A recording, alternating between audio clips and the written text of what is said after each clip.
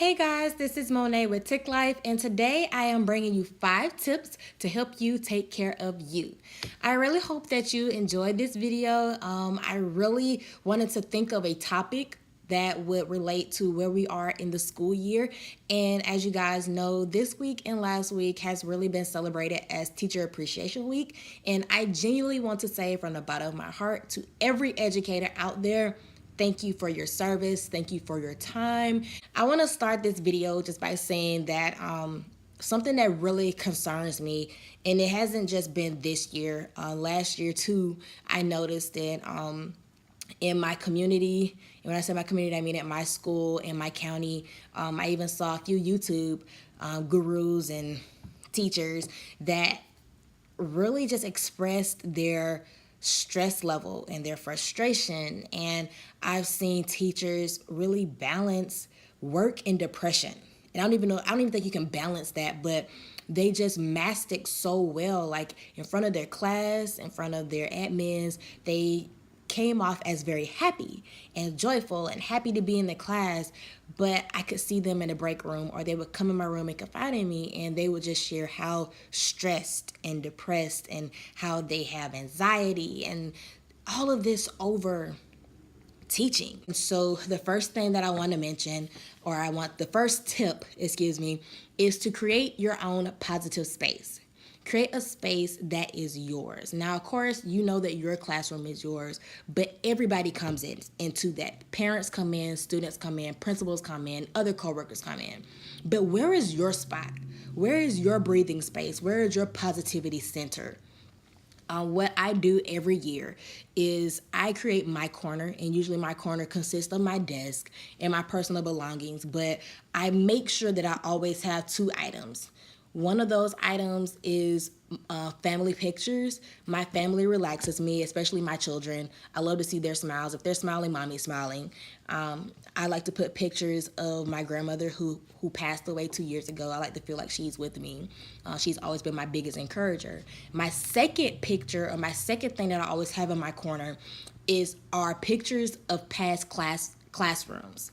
So you are a experienced teacher. You've done this before. You got this in the bag. Those are the things I tell myself when I look at that picture of students that have come into my life. I've had the opportunity to touch and inspire and educate. And I know that they have gone on to the next grade, and they are not the person I saw on day one. That inspires me. That keeps me going, because if I did it for them, I can do it for my current class. So every year, I put those pictures up literally probably behind me, so when I turn around, I see it. It just depends on how my room is. But I always have them looking at me. And so whenever I get in a frantic, whenever that anxiety starts to buckle up, whenever I feel defeated, whenever I give a test and the class percentage is really low, and I know I taught that material for the past 3 weeks, and the kids knew it, but because they had to write and they didn't feel like writing, they sucked on my assessment. When I have those moments, I look back at those pictures, and my family calms me down, and my past classrooms let me know, you got this.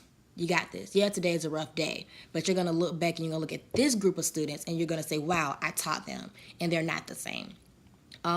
Another tip is you can put candles. Now, I don't put like lit candles because I'm not about to set the school on fire. I'm not going to do that. But I do have, it's like this light, and on top you can put the wax, and it lets out this nice aroma or this nice scent. And I like to light that whenever I need to change the atmosphere, whenever the atmosphere is becoming a little heavy, a little negative, or sometimes my kids come back from PE very funky. I turn that light on, and I let that scent take over, and I just embrace the new environment. So I would tell you guys, if you don't have one, create one, and it can have those things that comfort you. You know, it could be a stuffed animal that you got during student teaching that you just have every year. Put those things on display to encourage you and to keep you going. Tip number 2, you can create a book a necklace, or a bracelet of encouragement. So in the very beginning of this video, I shared that in my TPT store, I have teacher care tags, and they're about this size, and you put a hole in them. I put them on my lanyard, and they say amazing things to just keep me encouraged and uplifted. When you can't reach your mom, when you can't reach your husband, or you can't reach your girlfriend, and you need something to pep you up and to just let you know you got this. You look at that lanyard and you look at that tag, and it just speaks life into you. That is what that is. And it's done wonders for me. I started doing that last year as well. And so that's just something I do every year. And it was so inspiring because last week, and we're down to 9 days. But last week, my teacher, my grade level teacher, she was walking in the hallway taking her students to the bathroom, 6th grade. And I looked around her neck, and she had index cards with positive words, and then on the back she had scripture. And she was like, I got it from you. And I was like, oh my God, like that's amazing that she saw that positivity and then she created it for herself. And her scriptures aren't the same as mine. Her positive words aren't the same as mine. Like, you write down what you feel touches you. And so it keeps you going. And we have to find those things that work for us. Tip number 3. Find a therapist or a partner that you can share your frustrations, your concerns, your highs and your lows with. I do recommend that this person not be your significant other or your husband. And I only say that because, number one, the person should understand that you are just venting. You don't expect them to create a solution or implement a solution in your life or inside of your classroom. So they should just understand that you're just trying to get the frustration out. But I only say that it shouldn't be somebody as intimate as your significant other or your husband, because when you're at the dinner table or when you're sharing a meal, just enjoy that moment. Do not bring the classroom into every aspect of your life, or you will continuously feel like you're at work. And we know how that feels. So just keep it separate. Find someone that will listen, and they may present solutions, but at the same time, they understand that they're not expecting you to be like a super major, move this mountain, be my savior type of thing. Because if it's a lot of pressure for you, it could be a lot of pressure for them. And you just want that friendship. You know, if you choose a friend, you just want your friend. You know, if you choose a therapist, there's nothing wrong with a therapist. It's a non-biased person that will listen to you and every now and then give you advice that may help in your life. So don't be ashamed of that. But just the piece of being able to like get it out, because a lot of times we have these thoughts and we have these feelings and we keep them so enclosed and so enclosed and so enclosed, and then the next thing you know, you just let it out one day. And it could be a very nasty argument with your significant other. It could be a sobbing session with your best friend, and your best friend is like, well, why didn't you tell me this 3 weeks ago when it happened? You know, just find that person that you could talk with and get those emotions and thoughts out. 4th tip is remind yourself why you became a teacher.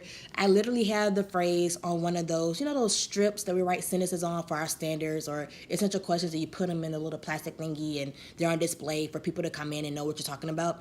So on those line strips, I write, I teach because...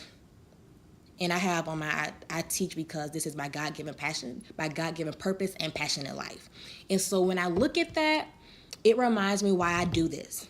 So that moment when that student is disrespectful, or when my admin rips my lesson apart, I can look back at that strip and I can remind myself, why do I do this?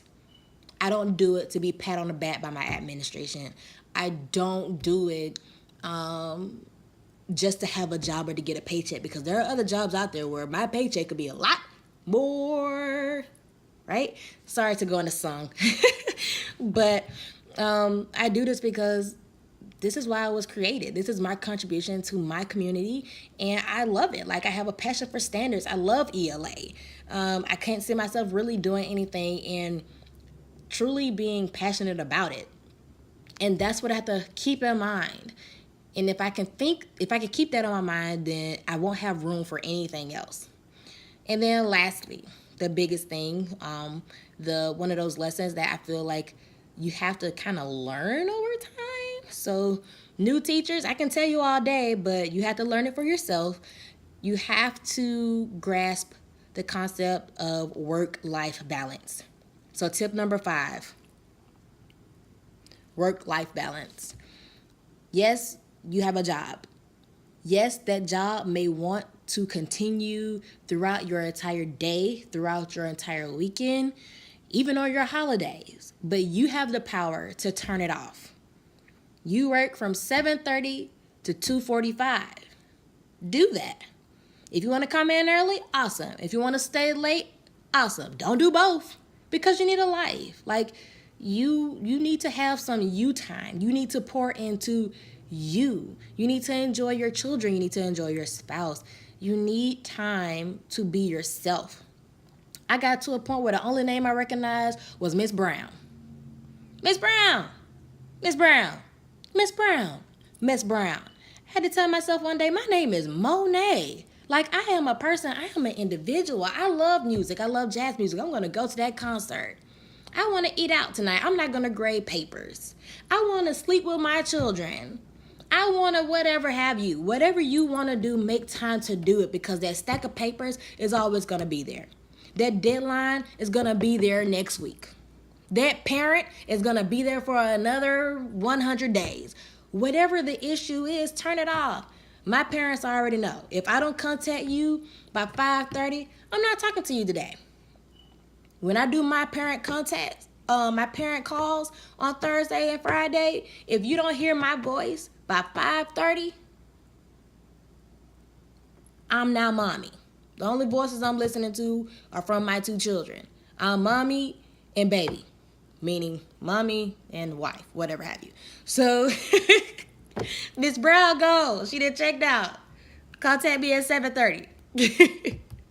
But you have to do that. You have to draw that line in the sand. Seriously. So that you don't lose your mind. You don't lose who you are. And you can have some peace.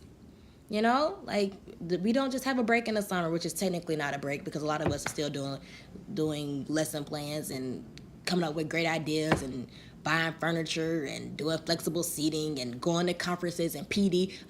We don't get a break, but we have to take a break. Take it. It's not going to hurt. It's not going to hurt. I promise you. You'll always have the opportunity to teach, but you won't have the opportunity to spend time with your significant other. You won't have that moment again. So embrace it. If your child come in and say, Mommy, will you please read to me? Will you please watch this movie with me? Yeah, you got a stack of papers.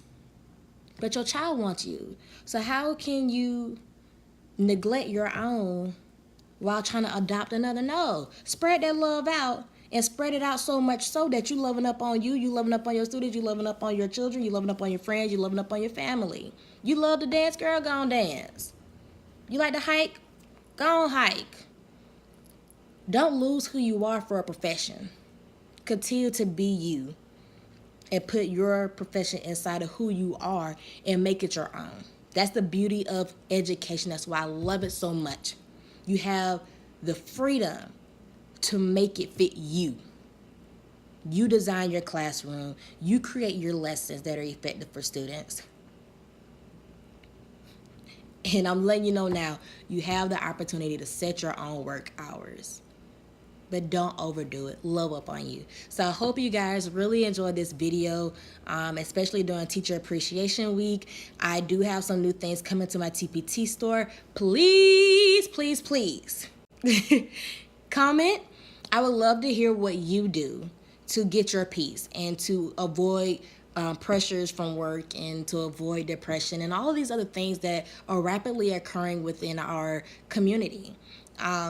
So comment, like, subscribe, and again, you can always go to TPT, teacherspayteachers.com/TICLife, and you can follow me so you know when I put things inside of my TPT store. So hope you guys like, subscribe, comment, and follow me on TPT. Hope you enjoyed the video. thumbs up. Love you guys. Bye.